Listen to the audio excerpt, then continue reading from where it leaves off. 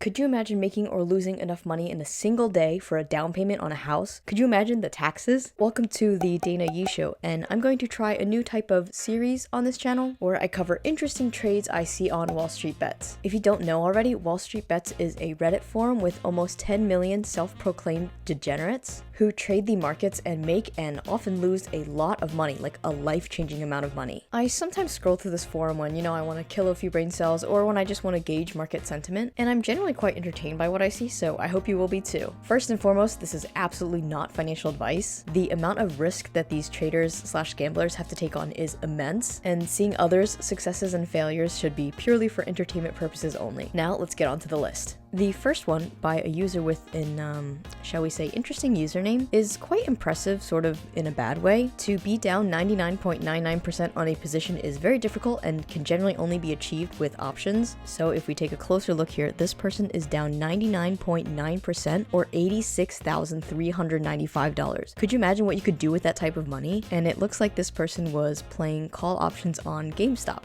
and it seems not to have turned out well. One thing I find just as entertaining as the posts on WallStreetBets are the comments. Sometimes they're supportive, sometimes they're very derogatory, and sometimes they're just hilarious. For example, the first one, they find a fire, they throw money into the fire, and now you just have a bigger fire and no money left. Another user says, so do you just hate money? Completely pivoting, now let's take a look at a really big win by user DinoCore. And these gains were on MicroVision, and I pulled the screenshot from last night. So yesterday, MicroVision was up 47%. That is crazy. And after hours, it was up 9% after that. So if we take a look at this user's massive returns, in total, this person has made $144,948 for a total return of about 239%. And if we do the math, their current position is worth about $205,000. So very roughly rounding, this person put in about $60,000, which is an immense amount of risk. Yeah, sure, in this case, it turned out well, but imagine if it had gone against them and they just lit $60,000 on fire. Two interesting comments for this one. Fly little laser beam, soar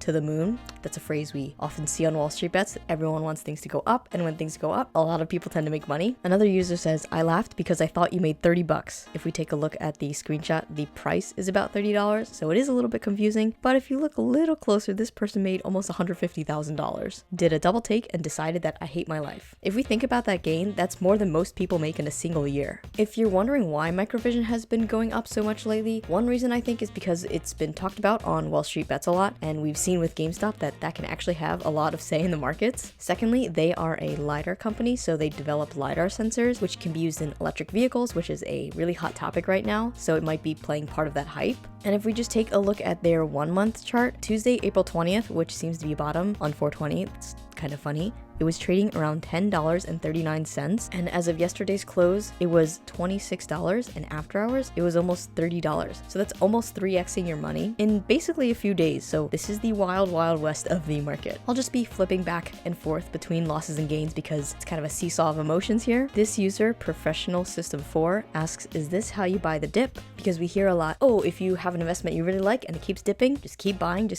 But that doesn't hold for short-term options because options expire, and when they expire worthless, you lose 100% of your investment. So for example, this person seems to be buying calls continuously as the price of Tesla dipped, but if we take a look at their total return, they're down about 70% or $18,851. And I actually found some of the responses to this post really entertaining. For example, someone says, sometimes you buy the dip, then you become the dip. And I agree with the second user that this is oddly profound. You know that saying, be the change you want to see in the world. But not like this, don't be the dip you want to see in the world. And long story short, no, this is not how you buy the dip. Back to another gain. I don't think this person actually posted how they got to this number, but it's just really funny because of the number itself, $69,420. Just thought I would point this one out. This one is kind of funny, and their total cost basis is around $28,500, so almost 300% gains. And what are the chances of ending on a perfect round number like this? And here we see the not always so supportive side of the comments section. Someone says, honestly, congratulations, and also,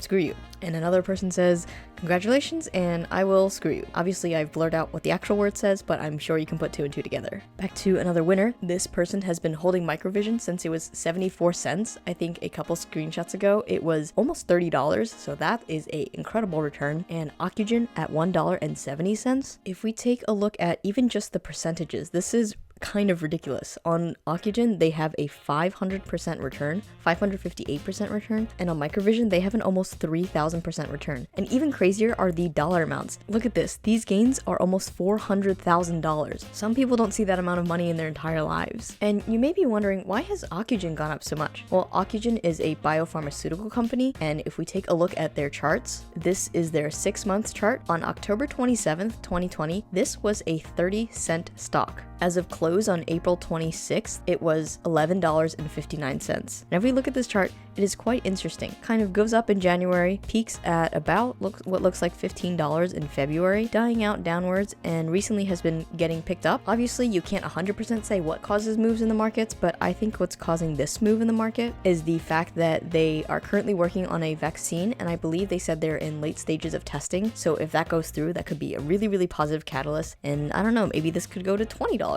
Who knows with the ridiculousness of this market? This user, who goes by the name Happy Man Investing, who might not be so happy after sharing this screenshot, says, I thought stocks only went up, guys. And if we take a look, since December 21st, 2020, they are down 93.16% or $30,000. And if we take a look at their chart, without even looking at their trades, I can almost guess what they were doing, because this chart almost looks exactly like the GameStop chart. This was the original January squeeze, and this was the later squeeze in February. And then after that, you know, just kind of not really sure what is happening here. A lot more interesting comments on this one. This person says, consider changing your username, because his name is Happy Man Investing, but when you're 93% down, I don't know how happy you are investing. And the user responds, we'll see on Monday. I still got another $2,000 left in FDs for the next week. And if you don't know, FDs, I'm not going to say what they stand for because it's kind of offensive, but they just mean options that are expiring really soon, aka YOLOs. And we got the supportive comment section saying, we believe in you. I'm sure you can lose the rest of it by next week. And some people don't know what FD means. You can look it up for the meaning, I just don't want to say it because it's kind of offensive. And we get some interesting answers. Someone says, fleeting dollars, failing decisions, fractured delusions. And of course, I've blocked some of these out because this is a friendly channel. I will be filling them with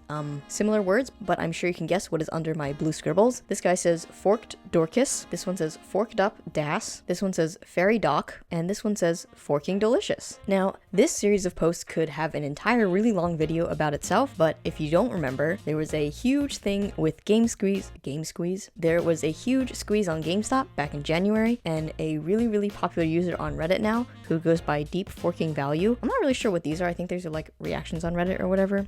I'm not really good at Reddit if you can't tell. But he's been in on GameStop, I think since 2019, and he's been buying options and shares pretty much religiously since then. And if we take a look right now, he has 200,000 shares at an average cost of $55.17, and the current price is around $150. I think it's been actually going up the past couple days, but just look at this. The total gain is 180.35% or almost $20 million. You know who else is going to be excited about this gain? The IRS. If we take a look at GameStop's charts before this is pretty much $0. It was around like $5 back then. And in January during the squeeze, it reached a high of $350. And I think intraday, it went almost up to $400. So this user is kind of legendary in the WallStreetBets community. He has made a ton of money on GameStop. What would you do with $19 million?